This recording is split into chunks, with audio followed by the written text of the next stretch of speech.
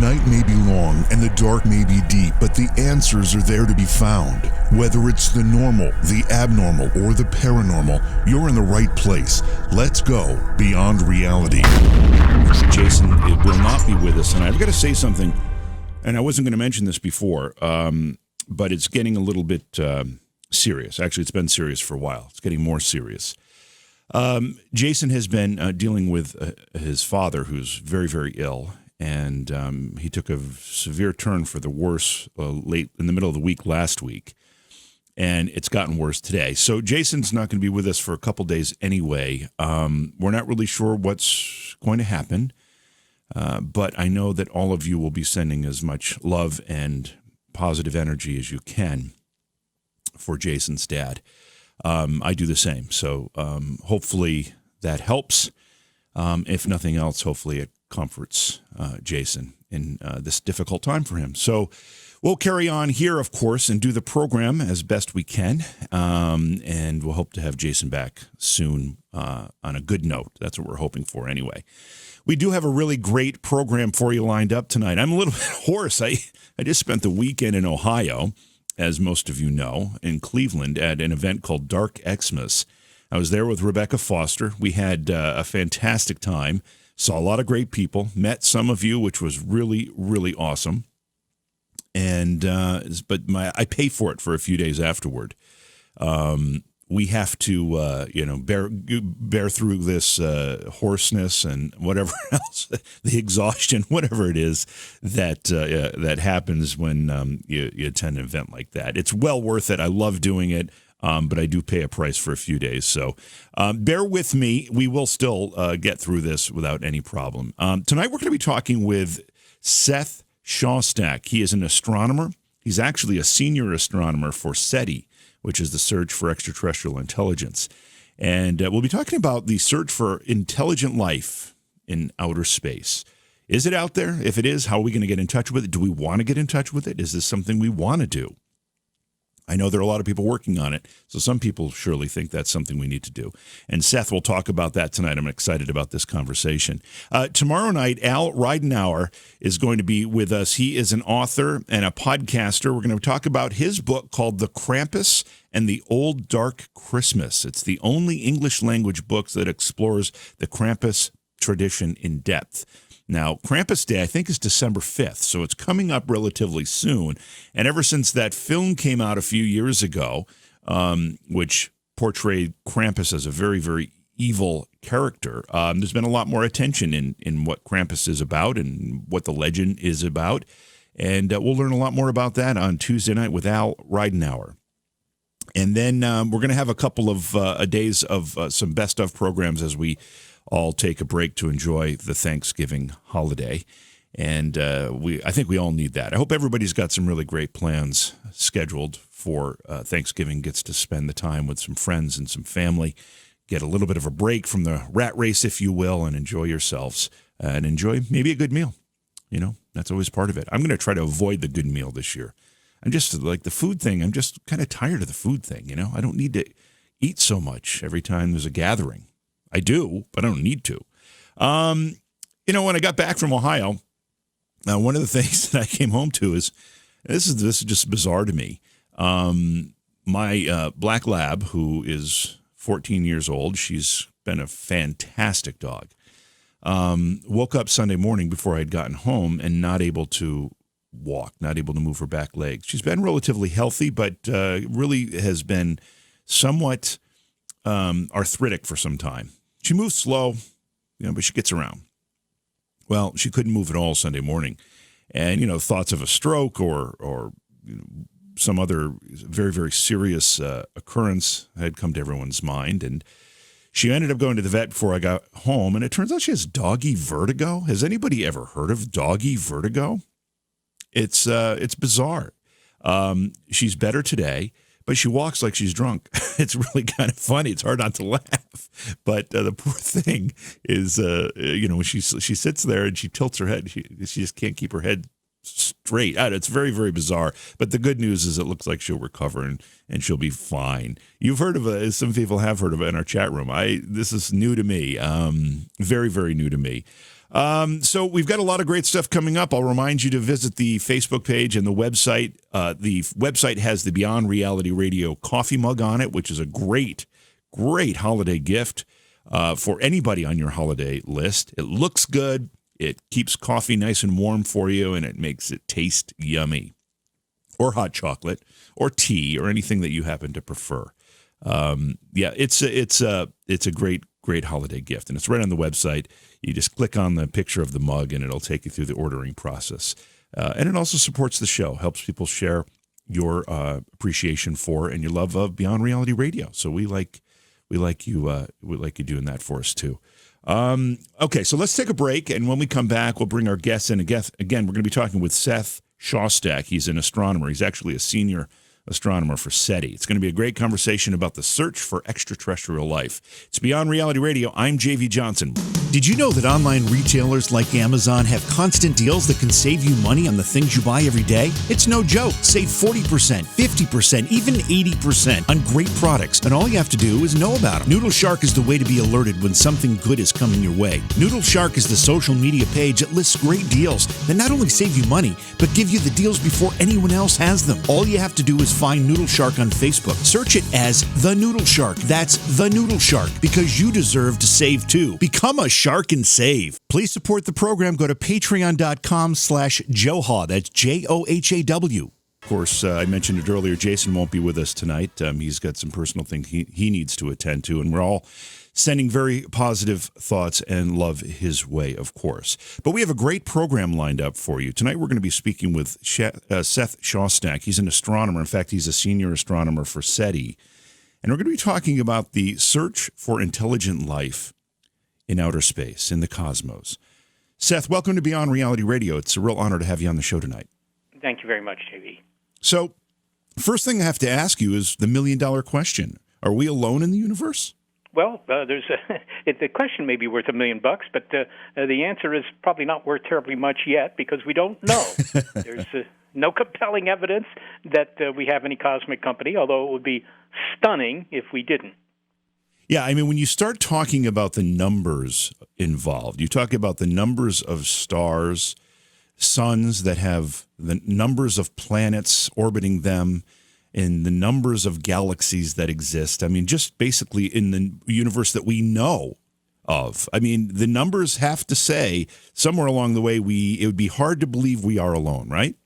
Well, I think that's right. I mean, the number of planets in our galaxy is on the order of 1 trillion, and the number of galaxies we can see is on the order of 1 trillion. So that means there are like 1 trillion stars, or rather planets, in the visible universe. And as you just point out, the visible universe is probably only a tiny fraction of the actual universe. But in any case, if you buy 1 trillion lottery tickets, they're not all losers. So I think it's pretty likely we'll have some company out there. Yeah, and those numbers are staggering. I'm not even sure that they're numbers that can be comprehended in the normal course of discussion or thought. Those odds are just so compelling that we'd have to believe we aren't alone. However, having said that, the distances are so great that that presents a completely different challenge. Well, it does. If you want to go somewhere, I mean, it's not really a challenge if you're happy to stay fairly close to home. But if your intention is to go either boldly or some other way to the stars, you can build the Starship Enterprise. Maybe, I don't know how to do it, but if you were to do that, you've got some real problems with the physics and having it go anywhere within a human lifetime. So that's a problem. Travel is a problem. But, learning things might not be a problem because you can send information at the speed of light. And, of course, the universe has been around for a long time. So it could very well be that, through the space that surrounds you and me as we sit here talking, there could be all sorts of information coming from somebody else's society. Let's talk about that for a second. And I don't want to get too far ahead in our conversation here. But those distances are vast, and even something traveling at the speed of light, let's say it's radio waves that we're sending out, some kind of signal we're sending, or we're hoping to receive, something that's hundreds of thousands of light years away, We haven't been able to send a signal long enough for it to really get very far. And I would imagine the reverse would be true if it was coming at us. Well, certainly in terms of what we've sent out, obviously, or maybe it isn't so obvious, but we're not actually deliberately broadcasting to aliens. I mean, there have been a few, efforts, mostly as stunts more than anything else, in which people would aim a transmitter at a nearby star. NASA even did that back in, 1998 or no, 2008. 2008. They sent some Beatles music to the North Star. Well, you're right. The North Star is pretty close, but it's still 400 light years away. So that signal, that music, will take 400 years to get there. So, anybody that's farther away from us than, say, 70 light years isn't going to pick up anything if they aim their antennas at Earth, right? So, because we've been broadcasting basically since the Second World War. On the other hand, to say that, well, there hasn't been enough time for them to get in touch with us, that's not necessarily true because, the universe is 3 times as old as the Earth. So they've had a couple of extra billion years to launch messages into space that could be reaching us right now. Right. But, and this is the big but as well, we have, if it was something 1,000 light years away that was coming at us, from our understanding of life, it would be hard to comprehend that those beings would still exist there. It'd be maybe different generations, or those civilizations could be long gone. They could have come and gone. And I guess that's part of the big question, isn't it? Well, yeah. On the other hand, I mean, it seems to be very trendy these days to assume that humanity doesn't have very much time left. I'm not sure I buy that at all, but it's hard to get rid of all humans. I mean, you can try. It's a good weekend project, but it's really hard to do. You can let loose all the nuclear weapons, or you can have a pandemic or climate change. All these things are bad, but none of them would get rid of all humans. It's really hard to get rid of all humans, but.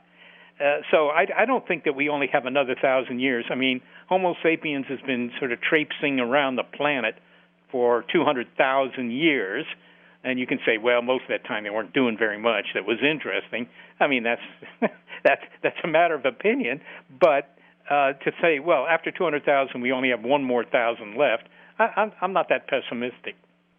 So we've got just a couple minutes here before we have to go to break. How did you get started in all of this? This is fascinating work. Where did you start?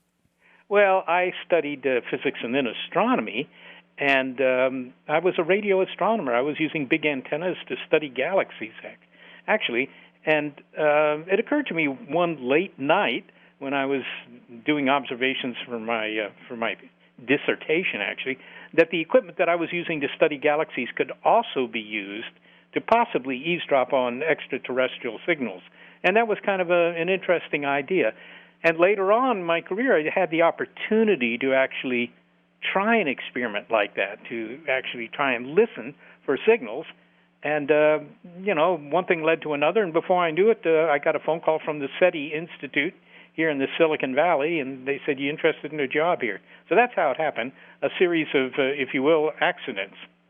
Were you like so many of us who, as kids, would go outside and just look up at if you were in a place where you were fortunate enough to be able to see the night sky and not have so much light pollution? I was. But you'd look up in just amazement. Well, I don't know that I did that, actually. I mean, I was very interested in astronomy, but I was interested in many things. Now, I built a telescope at age, I think it was 10, and I used it, but I used it on the neighbors too. I mean, I used it mostly to look at the planets. Deep sky objects were not really an option where I lived because I was in suburbia, but it was a pretty bright suburbia. There were a lot of street lamps and things like that. So I would look at the planets, yes, for sure. But I found that interesting. But there were many things that I found interesting at the time. And how long have you been working with SETI again? Well, I've been at the SETI Institute since 1990, I think.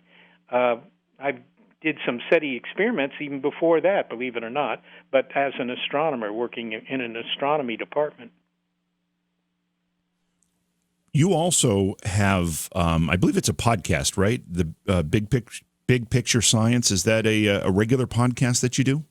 It's a podcast. It's also a broadcast. We're on, 140 stations or something. So it's cut to a broadcast clock, but we also release it as a podcast. So Big Picture Science is available. Obviously, you can get it online or, iTunes or all the usual outlets. But you can also hear it in a lot of places, in fact. And, of course, you have a website, bigpicturescience.org, and you also have information on SETI. I believe, is that SETI.org as well? SETI.org, you got it. Our guest tonight, Seth Shawstack, is a senior astronomer for SETI. Check out his website, bigpicturescience.org. And, Seth, I guess the next place to go in this conversation is kind of get an update. What is the latest in the search for intelligent extraterrestrial life in the universe? Well, I think a number of things have changed over the past, it's been something like 50, 60 years since the first modern SETI experiment. That was back in 1960, so it's even more than 60 years, right? Yeah. No, it'd be 58. Yeah, 58 Whatever. years. But, yes, it hasn't been that long. But there are two things that have changed. The technology has changed and the science has changed. So as far as the first, back then the number of channels that were available to the receiver to try and eavesdrop on ET's broadcast, there was one channel. It was like your television set or your radio. You only get one channel at a time, right? I mean, you could turn the knob and then you get more, or, hit the clicker and you get more, but you only get one at a time. Well, that's a bad way to look for ET because you don't know what channel ET might be on, and you don't want to just sort of sit there twiddling the knob because it would take you, a millennium to get through all the channels that you might want to try out and listen to each one of them for, say, a minute or two. So the technology change is the development of receivers that can monitor millions, tens of millions, even hundreds of millions of channels simultaneously. So that's a big improvement because that means everything can be done very much faster.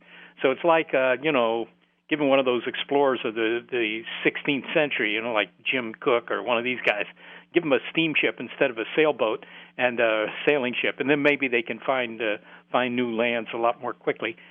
The second thing that's changed is the astronomy, the science, if you will. What we didn't know back in the early days of all this was, whether there were a lot of planets out there or not. And now we know, there are a lot of planets out there. There's really countless planets. Almost every star has planets. We didn't know that. Now we do know that, and that kind of simplifies the search, too, because you don't have to wait for somebody to find a planet before you have something to point the antenna at. So at what point did that technology change, whereby instead of being able to listen to one frequency at a time, we can monitor so many simultaneously? Well, most of that is due to the developments of digital electronics, which is kind of a fancy way of saying computers.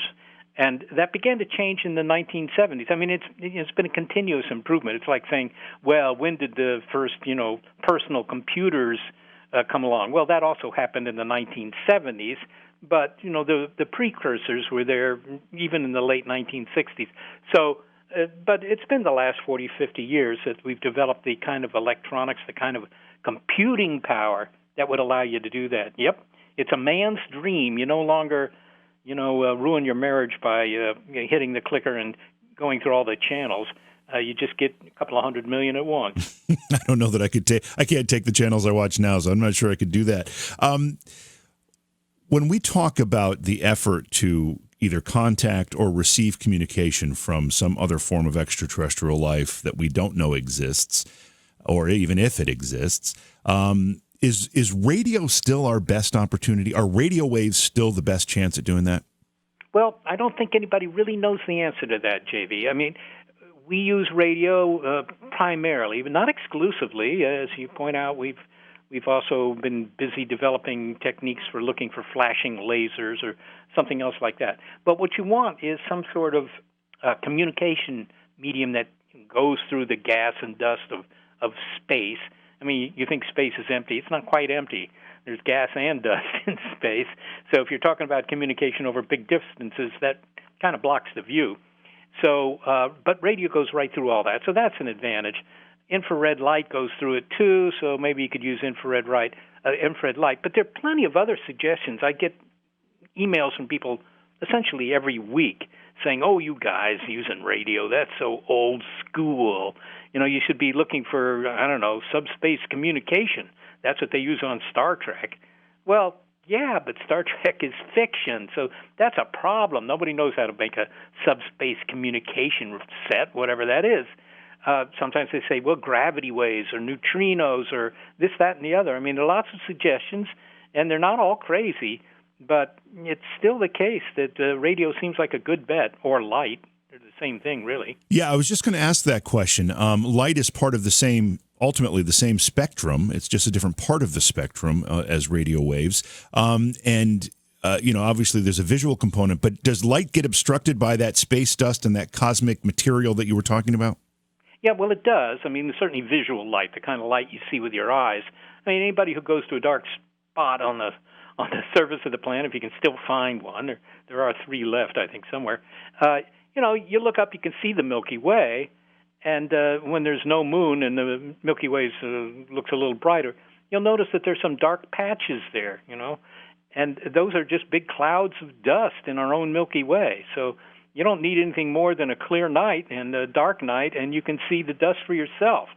It's a problem if you're talking about communication over distances that are more than, I don't know, maybe 1,000 light years or something like that. Then it becomes a real problem. And you had said it when I first asked about radio itself. But when we look at radio as a form of communication here on Earth, we're seeing that as a technology that kind of changed the way we live. But it's starting with the digital age to be changed again.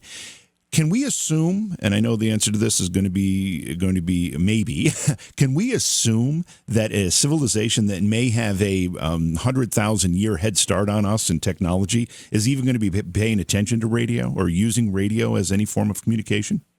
Well, I'm afraid you're going to have to ask the aliens that, but I think so. I mean, the reason we use radio is not just because we invented the vacuum tube or something like that. It's because we learned some fundamental physics, right, about, how, the kind of waves that can be produced by charged particles and something. This is physics that goes back to the American Civil War.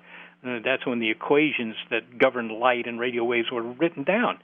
So that's old physics, and the technology can say, oh, yeah, radio, but now we have our cell phones. Well, how do cell phones work? Well, radio, actually. I mean, they're digital. They're sending digital signals, but television, radio, whether it's, the high-definition radio or high-definition television. I mean, they may be digital signals, but they're still using radio as the medium. And to me, it's a bit like saying, well, the wheel, that was invented thousands of years ago. I think we're beyond the wheel. We should stop using the wheel. Well, nobody's going to stop using the wheel. You're going to use the wheel till the cows come home, right? Because it's a permanently useful thing. And I think the same is true for radio and light. No matter what else we might do, I think radio and light are still going to be hanging in there for whatever purpose. There are many, and we've had many of them on this program, that talk about the fact that we may already have been and are being visited by alien craft. Some say this is part of the UFO phenomena. Do you think we are? Do you think that's actually occurring or has occurred? Well, JV, this will offend 87% of the listeners, but I don't. So there you go. I've written, more than once on this subject, and I deal with it on a daily basis, I would say. Essentially every day I get an email or a phone call from somebody who thinks that they have seen something. I got an email today from some fellow. Where was he? He was somewhere in Latin America, I think. Anyhow, he had these photos he had made, and they showed some strange lights in the sky, and he wanted my opinion, which I was happy to give him. I don't think they were alien craft. They were actually aberrations. They were imperfections, if you will, in the optics in his camera lens, and that was actually pretty obvious. Photography happens to be a hobby of mine, so a lot of this I can sort of recognize. But, a third of the population thinks that we are being visited. My standpoint on this is that, it's hard from several points of view to understand why we would be being visited, but that's all sociology. Maybe it's not true. The question is the evidence good? And that's where I really part company with those who think we are being visited, because I don't think the evidence is very good. I've never seen anything that convinces me. All right, and I know this isn't necessarily what we were going to talk about tonight, and it may not be your area of expertise, but I'm just curious as to what you think, because there have been things that people have seen that kind of defy explanation, whether it's odd formations of light or something even a little bit more sinister than that. Do you have any opinion on what any of that might be? Or are they looking at military aircraft that are yet secret, or is it something completely different than that? Well, I think it's a mixed bag. I mean, I obviously can't say are they seeing secret military aircraft, because those military aircraft would be secret. So right. Obviously, I don't know, but probably in some cases that's what they're seeing, and in something like 90% of the cases, this is the result of some of the early studies that were done on the UFO phenomenon, because of course the Air Force was interested in this problem for a long time. Simply because I don't know whether they ever thought that they were alien craft, but they thought they might be Soviet craft, that for sure. And so they wanted to know what they were. And they spent many years collecting data and looking at the data, and they had various commissions look at the data. And, it always came out pretty much the same way, that 80 or 90% of the cases could be explained as very prosaic stuff, aircraft, balloons, satellites, planets, stuff like that. And then 10% of them, they didn't know what they were. Well, but that doesn't prove they're alien craft. It just means you don't know what they were. I mean, very few homicides will. I don't know, a little more than half of all homicides get solved, but 30, 40, 50% of them don't. But that doesn't mean that they weren't committed by humans. It just means, it's still mysterious. When we look to the skies, when we use whatever means we have to actually look into space, and those efforts have been bolstered by things like the Hubble Space Telescope and other improvements in our technology, is that effort giving us any information that may help us point these radio signals in a certain direction, or point our antenna in a certain direction? Well, traditionally they have. I mean, not so much Hubble, because Hubble is not so good at finding planets, for example. But there was another telescope in space, in orbit, called Kepler. They just shut it down about 2 weeks ago, I think. Kepler was a mission that lasted on the order of a decade, and its job was just to find planets around other stars, and it was incredibly successful. It was not a very expensive mission by NASA standards, and yet this thing found 3,000 or 4,000 planets around other stars. It's fabulously successful. In any case, so that has helped, because that is the kind of experiment that has shown that essentially all stars have planets. Planets are really, really, really common. They're just everywhere. And, a lot of them are like Jupiter or Pluto, or, well, if you consider that a planet, or Mercury or Venus, or, kind of inhospitable for life. But, they're not all bad. They can't all be bad. We know of 3 or 4 dozen that seem to be rather similar in size to the Earth and at the right distance from their star, so they might have liquid oceans and atmospheres. We don't know if they have liquid oceans and atmospheres, but at least these are good candidates. I mean, what we're finding is that the universe seems to be pretty friendly toward the idea of biology. I mean, there seem to be a lot of places where it could cook up. So if you have tens of billions, which is probably the number for our own galaxy, tens of billions of cousins of Earth, it's unless you think that life is a very unlikely thing to happen, or that intelligence is a very unlikely thing to happen, then you're going to have a lot of people, a lot of aliens anyhow out there. Seth, I want to ask you about, and this again, so many of these questions we just don't have answers to, obviously, but I'm just curious as to your opinion. If there is intelligent extraterrestrial life, what do you think we'll find first? Do you think we will find a humanoid type life, or is it going to be something that's going to look like it's from Star Wars, one of these very, very strange creatures, or is it going to be microbial? And that may not be intelligent, but it would be life. Well, I don't know. Most of the bacteria I know are not very clever, but except at being bacteria, they're good at that. Very good at that. Well, if you listen to NASA, they're kind of convinced that we'll find bacterial life first, because we may find it in our own solar system. And you can build a rocket to go to Mars or some of the moons of Jupiter and Saturn that might have life. So there's at least a half dozen other places in our solar system that might have biology, but it would be microscopic biology. So we may find that first. As far as whether the intelligent aliens will look like us or not, I wouldn't count on them looking like us or like any of the things you saw in the Mos Eisley Cantina because, you just go to the zoo and look around. That's all life that's based on DNA, and very little of it looks like us. And when we talk about intelligence, what level of intelligence makes the threshold for us to say, okay, that is intelligent extraterrestrial life? Can you give us some kind of example? Well, I'm tempted to say they write good poetry or something, but the answer is if they can build a radio transmitter or a big laser, then we have a chance of finding them. So anything we find will at least be at that level. So that's kind of an operational definition to say they're intelligent if they can build a radio transmitter, which, by the way, leaves out of consideration most of my friends. But nonetheless, that's kind of it. I mean, there may be lots and lots of life out there that's as clever or as sophisticated as the Romans, for example, but you're not going to be able to detect them from light years away. So they don't count as being intelligent, even though, some of them were pretty darn intelligent. We have just about a minute left before we have to go to break here. Now, you've got some books out. One of them, the most recent one, I believe, is called Confessions of an Alien Hunter. Where can people find out more information about your books? Well, I mean, they can just look it up on the web. And, I think you can still order it, and you can certainly get them used for probably less than the postage. I don't know. But or maybe the local library. But Confessions of the Alien Hunter, I'll get it right. And I also have a textbook and some other trade books as well. But I'd recommend Confessions as the one to read.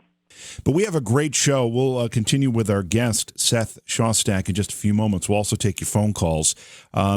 Reminder, tomorrow night, Al Ridenauer will be with us. He is an author and a podcaster. He'll be talking about his book, which is called The Krampus and the Old Dark Christmas. It happens to be the only English language book that explores the Krampus tradition in depth. He also does the podcast Bone and Sickle, and that talks about the historical intersection of horror and folklore. And it's dramatized by with music and sound effects. That'll be an interesting conversation tomorrow night.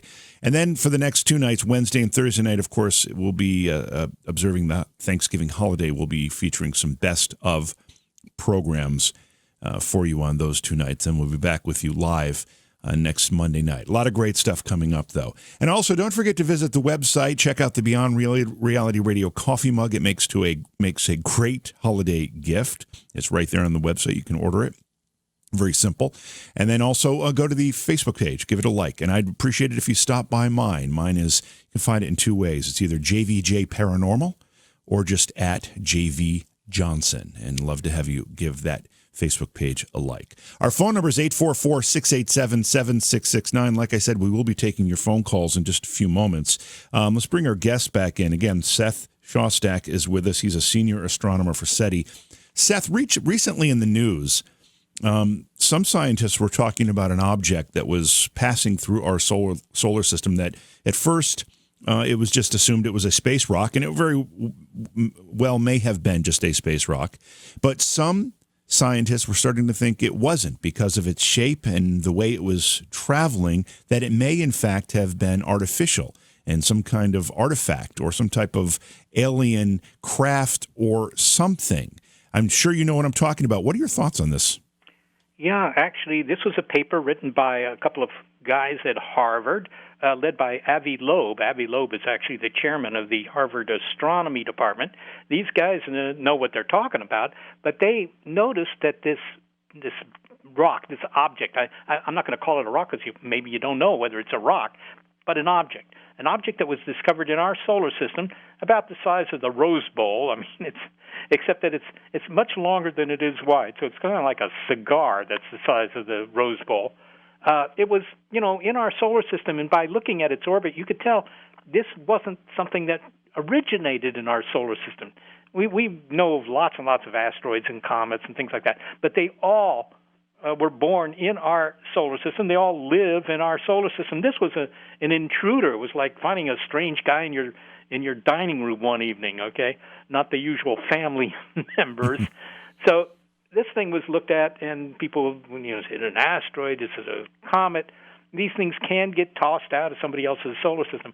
But the Harvard guys are saying, wait a minute, there's some properties of this thing that make it look like maybe it isn't natural. Maybe it isn't a rock. Maybe it isn't a comet, which is basically an ice ball, right? Maybe it is a piece of alien hardware. And, of course, that story woke people up. A lot of people, got interested in that. What types of tests, or maybe it's just observations, can we perform from our vantage points that would give us some clues as to what it was? Is there a way we can tell what its composition is, whether it was hollow, anything like that? Well, that's hard to do, and in particular it's hard to do because this thing is already on its way out. In fact, it was on its way out of the solar system at the time we discovered it. It already had zipped around the sun, as all comets and asteroids do, and it was on its way to leave the solar system. Right at the moment, it's out somewhere. I think it's between Mars and Jupiter, somewhere like that, and it's moving at 10 miles a second or something on that order. So it's leaving, and you can point the biggest telescope we've got in the world at this thing, and you can't see it anymore. So it's pretty tough to get any more information. Now, the argument of the Harvard guys was that, look, this thing, just didn't seem to behave like a rock because it had this sort of anomalous motion. It seemed to be, changing its speed in a way that wasn't indicative of just a rock that had fallen into our solar system. It seemed to be something that had some source of power. And what they were suggesting was, well, maybe it was what's called a light sail. This is, something that's been proposed for sending spacecraft from one place to another right here on Earth. And what it is just essentially a very, very big sheet of aluminum foil painted black on one side. So it's shining on one side, black on the other. And in fact, it doesn't even have to be black on the other. And the pressure of light will push on a reflective surface like that and it cause it to move. So it's not very much. I mean, your desk lamp is not pushing stuff on your desk very hard, but it does push. And so if you have this thing in space where there's no friction, it could be this thing went around the sun and was pushed by the light of the sun into this strange motion, and that's what did it. Great idea. They did the math. It seems to, be all very reasonable.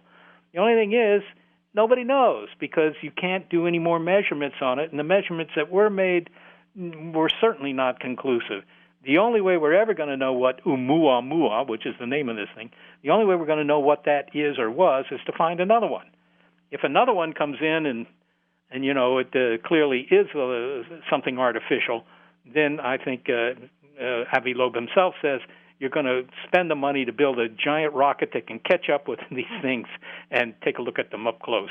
Now, I think that 99% of the money is on this being a comet or asteroid. I suspect that the overwhelming majority of astronomers think it's just a comet, but they could be wrong. You mentioned a light sail, and it reminds me, and I'm sure this is exactly the same principle, but I remember seeing in science class those little globes that kind of look like a light bulb, and they've got four little sails, I guess you would call them, in them, and when the light hits them, they start to spin. And I guess it was in a vacuum in there, so it makes it very easy for it to spin. But that's kind of the principle you're talking about. Well, yeah, I know with the four little veins black on one side. Actually, it turns out I always thought that they work by light pressure too, but I seem to recall, perhaps incorrectly, JV, but I seem to recall that those things actually work due to something else, just due to a thermal effect. Oh, okay, yeah. Well, you would know better than me. All right, let's go to our phone lines here. Let's take a call from Denver. This is Judy. Hi, Judy. Welcome to the program. Hi, Jay. Not sure what your name is. I watch your program every night. It's okay. It's JV. I saw a UFO in 1957, and I'm 73 now, so you can figure how long that's been. My mother and I were driving back from delivering a girlfriend of mine to her home, which was on the bottom of Floyd Hill, which is Highway 40, west of Denver, now I-70. It's up by El Rancho Restaurant, the road to Bergen Park and to Evergreen. And we lived right on the point of the hill. But we were driving back from Denver, or not Denver, but from Floyd Hill when we pulled up on Highway 40. Both of us saw a UFO. And there's nothing in the 73 years that I've lived that can ever come close to the military's type of flying that they have. I don't care whether it's a jet, a rocket, RPG. They all start from zero and accelerate. And are you suggesting that what you saw did not do that? Yeah, it did not. When we talked about it, it stopped. And I don't mean it decelerated. It just stopped and hovered. And it went up a little bit.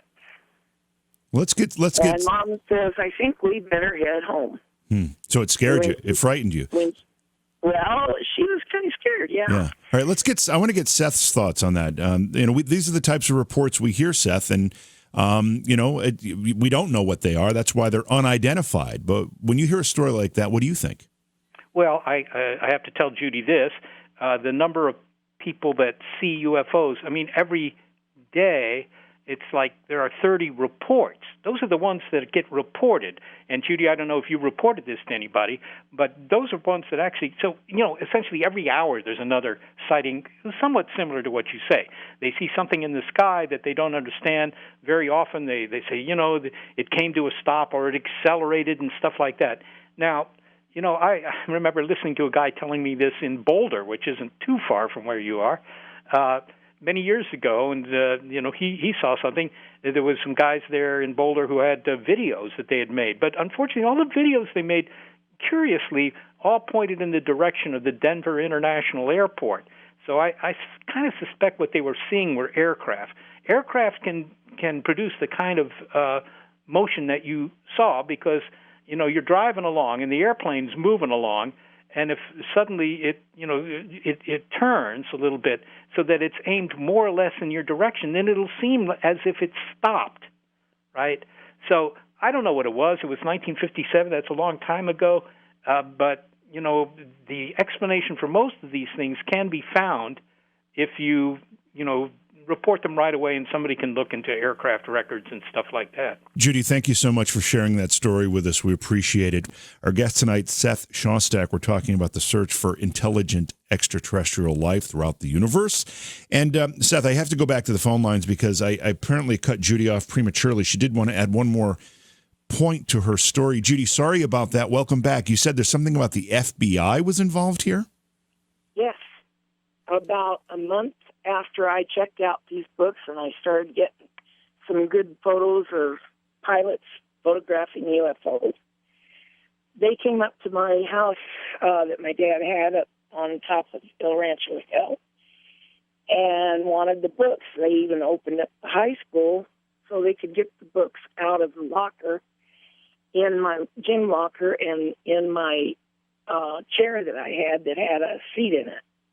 And they weren't about to give up until they got those books. They got the janitor up there to open the school up.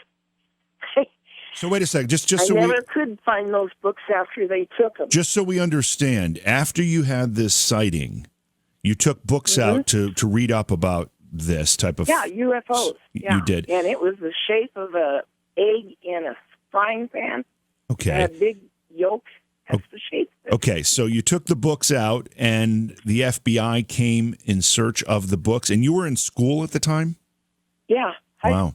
Junior high. Okay, and once they took those books, did you ever hear from anybody else after that, or did you ever have any more sightings? Not after that. Interesting. And I tried, about 10 years ago, to look up those books again, because Chuck and a friend saw another UFO. And I thought, well, let's see if I can find those books. I only saw one, and it didn't have anything like it had before. The book had changed. Yeah. Interesting. And the other three, I couldn't pull them. I originally got them from Evergreen High School. I went down to Golden. I got one out of Golden. I got one out of Denver Library. Well, and I tried it again, and never could. Well, thanks again for sharing the rest of that story. That is bizarre, and I'm assuming, Seth, that you've probably heard similar stories of government involvement. I don't know if the Men in Black thing. I don't know what to believe at this point. But does any of that ring any bells for you? Well, I've never seen the Men in Black. I have to say that about 20 years ago, we got a signal that for most of a day looked like it might be the real thing. And we were all sitting around looking at computer monitors, looking at this signal, trying to figure out what it was. And I kept waiting for the Men in Black to show up. They didn't. I kept waiting for somebody to call up and show some interest, and none of that happened either. Even my mom didn't call, I have to say. So, but I don't know about any real Men in Black if there really are. If the government can afford to pay the salaries of those guys, maybe I should sign up. It might be an interesting job.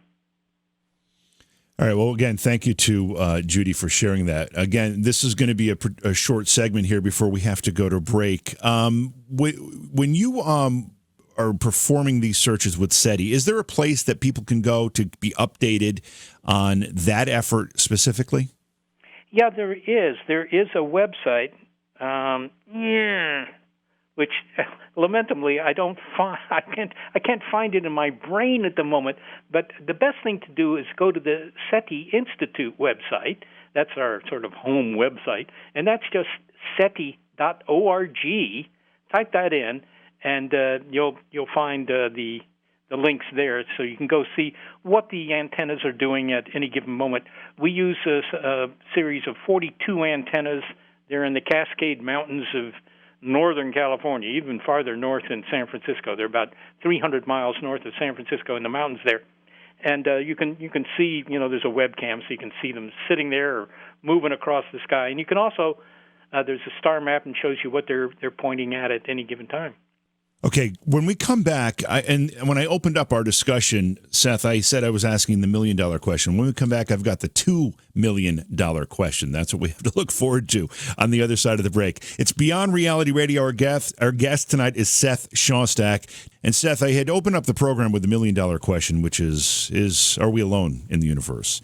And I think maybe the $2 million question might be something that people such as Stephen Hawking had actually posed. And that's the concern that if we are discovered, that we are putting ourselves at great risk. And I know you've said that the effort really is us listening more so than us sending signals out to be discovered. But either way, let's talk about what would happen and should we fear being discovered once we may or may not know of somebody listening to us. Well, I mean, that's a pretty emotional topic, JV. There are a lot of people who get very exercised about efforts to broadcast. SETI does not broadcast. I mean, it's a listening program exclusively. In fact, our antennas don't have transmitters on them, so not much we could do to broadcast. But there are some antennas, such as the one down in Puerto Rico, the Arecibo radio telescope, which does have a very powerful transmitter on it. It's a radar transmitter. So, there are people who do want to transmit. Is it dangerous? Nobody knows. I mean, we don't know what the aliens would be like. Maybe they're all friendly and they just love sitting around reading poetry to one another. But then again, maybe some of them are aggressive. I mean, you just don't know. But there is this to consider. If they have the technology to actually hurt us, in other words, if they can get into a rocket or whatever and come light years of distance to Earth, and then do something like, incinerate Dayton, Ohio or something, just on a bet. I mean, if they have the capability to do that, then they also probably have some very large antennas that would allow them to pick up the transmissions that have been leaking off the Earth for, the last 70 years. So there's, in a sense, no hiding. I mean, you can worry about it if you want, but, we have powerful radars, we have television, we have FM radio, we have all of that. And that's, in a sense, it's telling the aliens we're here. Just about every day, another planet comes within the range of those transmissions. So, does the whether we're listening or sending signals, those signals have to travel? We've talked about the great distances they travel, and yes, they do travel at the speed of light. But is there a decay process to those signals? Do they eventually become undetectable because they become too weak? Well, they do become weaker with time, that's for sure. Just like, you take the sun, and it's pretty bright in the sky, but if you moved it twice as far away, it'd be 1/4 as bright. And if you moved it to the distances of some of the nearer stars, you'd have a hard time seeing it. Okay, so obviously radio is just like light, and it does get weaker with distance. That's high school physics. But it never gets to a distance where you have no chance of being able to detect it, because all you have to do is build a bigger instrument, right? I mean, there are stars, millions of light years away that you can't see with most telescopes, but if you build a big enough telescope, then you can see it. So it's never that the signal just sort of kind of disintegrates and crumbles or something like that. I mean, it's always there, it just gets weaker, and if you have a big enough antenna, you can pick up something at any distance. It's one thing to receive the signals, and as you said, technology has changed the way we can listen by listening to many, many frequencies simultaneously. But once we get that information, I imagine that digital technology has also given us the ability to analyze those signals for patterns or other things that may seem non-random that would indicate some kind of intelligence? Well, a lot of the public certainly thinks that that's what we do, that we have all this electronics and it's taken this incoming cosmic static and it's looking for patterns in there, the prime numbers or whatever they've seen on television in the past 2 weeks. Right. They figure that's what we're looking for. But in fact, it's very hard to take that incoming static and look for any sort of modulation, as it's called, any sort of message in there. That requires a lot of sensitivity, and you have to assume that because the aliens are far away, the signal's not going to be very strong, so you don't have enough sensitivity to do that. What we do instead is we look for what's called the carrier wave. Now, the AM radio stations that this program is on, if there are AM radio stations, they use what's called a carrier. Even the FM stations do that. It's one part of the radio dial, if you will, where they put a lot of transmitter power that helps the receiver to decode the message. So that's what we look for. We look for that on-the-air sign, if you will, technological on-the-air sign that tells you that there's a signal there. But we don't know what message might be in there. Now, if you find that on-the-air sign, if you know there's actually a station at this frequency, you can be sure that all the money problems that SETI has would be over in a moment, and somebody would put big money into it. Maybe the government would get involved, and you'd build a really huge set of antennas and go back and look for the message. But we don't look for messages now. If we were to detect something that we could, without much doubt, assume it is artificial, it's made by some form of intelligence, what are your thoughts on the next step? Do we try to make contact, or do we just continue to listen and see what happens? Well, I'm sure people would continue to listen. You can be sure that this would no longer be sort of a niche research project, that there would be big efforts all around the world, to study the sky, and in particular, wherever this signal is coming from, that would become the most studied spot on the sky for sure. So, of course, you would do that, and you would look for similar signals coming from other directions, right? But I'm sure that there would be people who would say, hey, look, let's send them back a reply. Let's say, hey, we're the Earthlings, and we'd really like to meet you guys because, we have some, plenty of used cars we want to sell you, or whatever. Now, you could do that, but, of course, one of the things you might be able to figure out right from the get-go is how far away this signal is coming from. You might be able to localize it to some star system on the sky. And if you could do that, well, I mean, depending on how far away they are, you might not need to jump to the microphone and start broadcasting, because if they're 500 light years away, right, and you broadcast back, hey, look, just send in your request for what top 40 hits you want me to spin here, it's going to take 500 years for them to get that message, and another 500 years for their reply to get back to you. So, there may not be much hurry in terms of broadcasting anything back. It depends on how far away they are.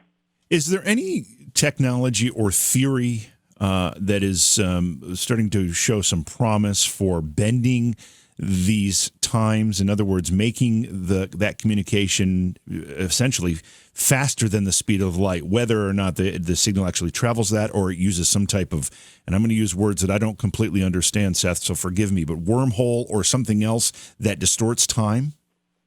Well, everybody hopes for this, particularly the science fiction writers, because if you can't go faster than the speed of light, if you can't send information faster than the speed of light, then, a lot of our spacefaring future a lot of our contact with the others in the universe is going to be kind of limited, right? It's sort of like, I don't know, you're born on a farm somewhere in the Midwest, and you never get a car, and you have to walk everywhere you want to go. That's going to kind of limit your contacts. And you could say, well, yeah, but okay, the speed of light, that's just, we'll beat that someday. Well, maybe we will, but there are very fundamental physical reasons. And when I say physical, I mean physics. Why the speed of light may be the limit for sending information. I get emails all the time from people who say, oh, quantum entanglement. There's a couple of words you can use at your next cocktail party. Quantum entanglement, that's instantaneous, so you use that to communicate. That's what the aliens will do. But it turns out that quantum entanglement, yeah, it works instantaneously, but it doesn't allow you to send information faster than the speed of light. So if you're talking communication or you're talking transportation, Al Einstein says you're limited to the speed of light, and it could be that he is right and may be right forever. Have any of these probing spacecraft that we have sent out, and some, I think we just recently had the first one leave our solar system, or I may have that wrong, but I know that we're getting to distances that we haven't gotten to before. Are any of those craft set up to help this search? Well, they're not set up to do SETI.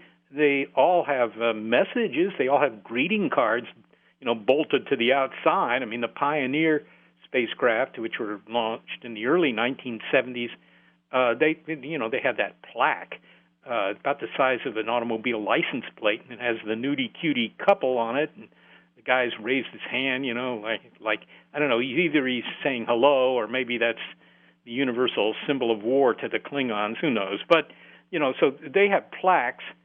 And the Voyager spacecraft, which were launched a few years later, they have records, actual, physical records, which have some music on them and people saying hello and, a bunch of different languages and some photos.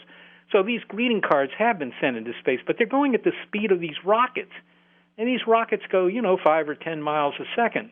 I mean, that's great if you're planning a weekend trip to, Cincinnati, but that's pretty slow if you're going to go to the nearest stars, because at that speed it takes 100,000 years to get to the next star over. There might not be any aliens there, and they'll probably never see the spacecraft anyhow, because it's about the size of a VW Beetle lost in the depths of space. It's going to be very hard to find.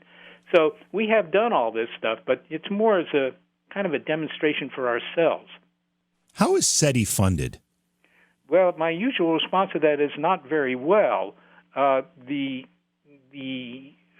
program, when I joined it, actually, originally, it was a NASA program. So there was a little bit of the NASA budget. 1 part in 1,000 of the NASA budget was allocated for SETI. And but that was killed in 1993 by a congressman from Nevada, strangely Nevada. And since then, NASA has not funded any SETI research to speak of, really not. So it's all funded. I mean, the SETI Institute's funding for SETI all comes from donations. So that's where it comes from. It's very difficult to do science that way. And I'm assuming that on the website there is a way if folks wanted to contribute to the effort? Oh, yes, absolutely. Yeah. My boss would appreciate it. And is that like a membership organization? Can they join the organization, or is it just a contribution or donation of some kind? Well, we did have a membership organization for a while, but it's not clear that was ever valued by the people who sent us donations. They wanted to donate, and they didn't care whether we sent them newsletters and things like that. But you will get some material from the Institute for sure. You'll get updates on things we're doing, and of course you can find that also on the website. But it's not really a membership organization, although you will get correspondence from us for sure to begin with to thank you. And it is, because we're a nonprofit organization, it is tax deductible too. So they're not doing it for the tote bag. No, apparently not. All right, so we just have a couple minutes left here. Seth, we've talked about your books a little bit. What other things would you like to point people to keep track of your work, SETI's work, and whatever else they should be paying attention to? Well, I would certainly commend the SETI Institute's website to people if they're interested in this stuff. The SETI Institute actually does lots of research. SETI is only one project there. When I joined it, it was the only project. But there are many, many more projects now that are in the field of what's called astrobiology. So that's, looking for life, but life that, as we discussed earlier, might not be terribly intelligent, namely the kind of life you might find under the rusty, dusty surface of Mars, or maybe underneath the icy crust of Jupiter's moon Europa or Saturn's moon Enceladus or Enceladus, depending on how you want to put the accent, and other places in the solar system. So that's what most of the scientists at the Institute work on, because there is money for that. That's mostly NASA funded. It's called astrobiology. And in fact, if you're really interested in astrobiology and you're going to college, you can take courses in it, and you can even do graduate work in astrobiology. So that's a big field, and we do a lot of that kind of research too. But you can find all that on the website. And Seth, is there? You mentioned a point where you were monitoring a signal that actually created a lot of excitement for a while. Is there any such signal right now that you're watching at SETI that you have a question mark on, that you are maybe hopeful that might turn into something? Well, no, because the way it works is when we pick up a signal that looks interesting, and by the way, people have this idea, mostly from the movies, I guess, or TV shows, that you're sitting around looking bored, and then suddenly you hear some sort of squeal come out of the equipment, or you see some sort of spike on a screen, and everybody gets excited and starts jumping up and down and shouting into their walkie-talkies and so forth. Well, but it isn't that way. You get signals about every 10 seconds. Because remember, you're monitoring, in our case, 70 million channels simultaneously with a bunch of big antennas. So, of course, you pick up signals. But the software is pretty good at analyzing all this stuff and deciding, look, is this likely to be ET, or is this a satellite orbiting the Earth that is, sending some telemetry back to Earth? And that's what we're picking up. And so far, it's been all of that. We found intelligent life, but it's intelligent life on Earth, and nobody's terribly interested in that. So, but the point I'm trying to make is that when we do get a signal, the equipment immediately checks it out. It doesn't wait for a week, while people think about it or, scratch their heads or anything like that. All signals are checked out essentially immediately, within a minute or so. So, if you do that, then you don't end up with any mysteries that you're worried about 2 weeks later.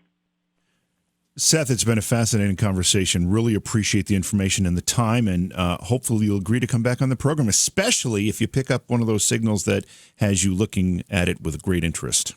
All right, JV. Thanks so very much. All right. It's Beyond Reality Radio. I'm going to take a break. I'll come back. We'll wrap things up. Again, thank you to Seth Shawstack for being with us tonight.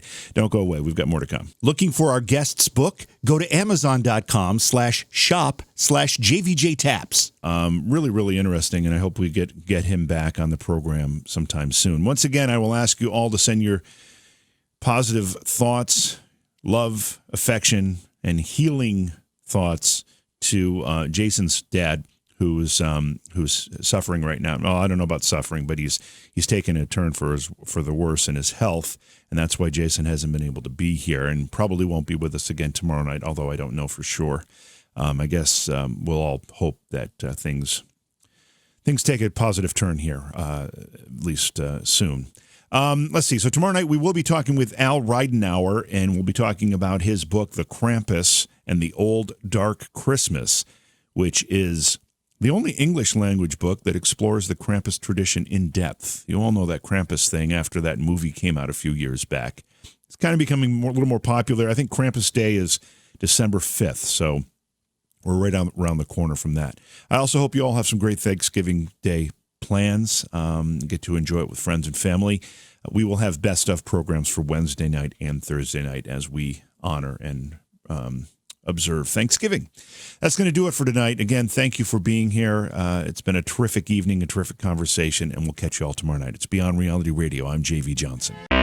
Beyond Reality Radio is hosted by Jason Hawes and J.V. Johnson and produced by Alexandria Johnson and Slick Eddie Edwards for Entercom Radio. Beyond Reality Radio is distributed by Westwood One Radio Networks. Stop by our Facebook page and say hello. Follow the hosts on Facebook as well. For Jason Hawes, follow at jasonhawes.taps. For J.V. Johnson, follow at JVJ Paranormal. If you'd like to be a guest on Beyond Reality Radio or you have a suggestion for a guest, contact Slick Eddie Edwards at slickeddieedwards@gmail.com. beyondrealityradio.com. Be sure to visit our chat room as well at beyondrealityradio.com. Thanks for listening.